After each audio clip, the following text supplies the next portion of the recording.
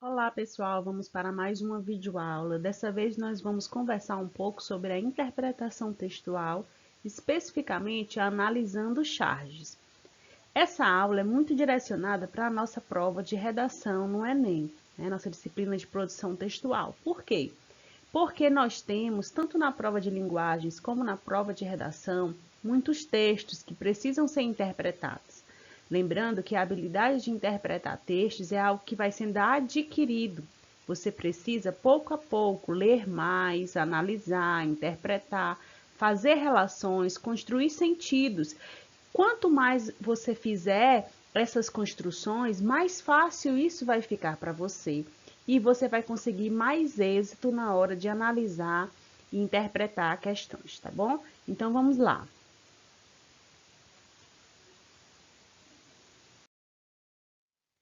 Eu vou começar com uma citação de Machado de Assis, que ele diz assim: Eu gosto de catar o mínimo e o escondido, onde ninguém mete o nariz. Aí entra o meu com a curiosidade estreita e aguda que descobre o encoberto. É claro que o Machado de Assis estava refletindo a respeito da sua prática, da sua estética, da forma como ele observava o mundo para construir o seu texto. Mas fazendo relação com o nosso assunto, nós podemos também perceber que muitas vezes o texto, aquilo que é dito, não está tão dito de forma nítida. É preciso que a gente leia, releia, interprete, procure significados que muitas vezes estão ocultos. É o que a gente chama que estar nas linhas, é aquela interpretação que eu faço. Quando eu leio, eu já consigo entender aquilo que está na superfície do texto, mas pode estar entre as linhas, quando eu consigo ir além daquilo que está no texto, mas eu consigo observar os pressupostos e os subtendidos. E eu posso ir para além do texto, quando eu consigo fazer a relação desse texto com algo que está exterior a ele. Então, pensem sempre nessa citação do Machado de Assis. É preciso que a gente ache o escondido no texto. Quando nós vamos fazer uma interpretação textual, nós temos que estar com o olhar aguçado, com o ouvido aguçado, ler atentamente, observar o sentido das palavras, o significado que as palavras têm naquele contexto, para que a gente consiga entender e extrair o máximo de informações possível desse texto, tá bom? Algumas informações importantes quando nós vamos fazer a interpretação textual, é preciso que a gente saiba que existem informações que estão implícitas. O que é o implícito? O implícito é aquilo que não é visto. Nós podemos ter essas informações implícitas como pressupostos e como subtendidos. Qual seria a diferença entre pressupostos e subtendidos? Os pressupostos são ideias não construídas de modo explícito. É algo que não está explícito. O sentido decorre da lógica apresentada por algumas palavras e ou expressões contidas no texto. Essa informação que eu depreendo, que eu compreendo, que eu extraio do texto é indiscutível. Então, o pressuposto é algo que não está no texto de modo explícito, mas que eu consigo entender através de um raciocínio lógico de palavras e expressões que estão contidas no texto. São leituras que são garantidas. Eu posso ler um texto e garantir que isso, determinado fato, vai acontecer. Os subtendidos não são isso, não são garantidos. São leituras o que? Possíveis. Os subtendidos são insinuações não marcadas linguisticamente. O autor dá a entender, não garante explicitamente as informações. Essas informações são discutíveis. Alguém pode chegar e dizer assim: olha, eu entendi isso, está subtendido isso. Para outra pessoa pode não ser. O subtendido é de responsabilidade do leitor. Por isso é preciso atenção às possibilidades contextualizadas. Então, novamente, quando nós vamos fazer uma interpretação textual, nós temos que prestar atenção nos pressupostos, aquelas ideias que não são construídas de modo explícito, mas que eu consigo depreender, compreender do texto por alguma palavra ou expressão que está lá. E eu posso ter os subentendidos, que são insinuações não marcadas linguisticamente. Vamos tentar ver essa diferença. O subentendido é aquela ideia que eu posso depreender, né, do texto.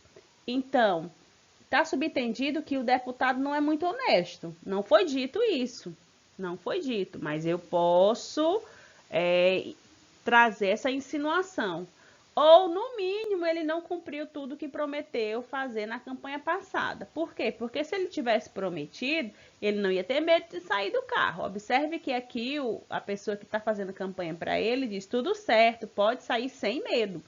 E aparece só a cabecinha aqui do deputado dizendo ufa, né? Então, nós podemos subentender que ele não é honesto ou que, no mínimo, ele prometeu várias coisas e não cumpriu nada do que ele prometeu. Até porque ele pode sair sem medo. Por quê? Porque esse eleitor aqui nem lembra se votou nele ou não. Então, ele pode muito bem enganar ou trazer um discurso vazio para tentar convencer esse eleitor de que ele é um bom candidato.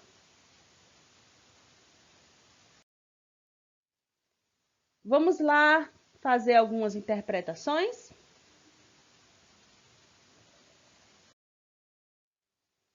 Nós temos essa tirinha da Mafalda. A Mafalda está aqui com sua mãe, né? Passeando por um centro comercial. E a gente percebe que nós temos uma vitrine. Aqui tem o nome calçados. Nós podemos ver vários exemplos de calçados nessa vitrine. Andando mais um pouco, você observa que ela está andando, as pessoas estão passando por ela. Nós temos aqui o nome boutique. Nós já temos outras peças que são vendidas nessa boutique.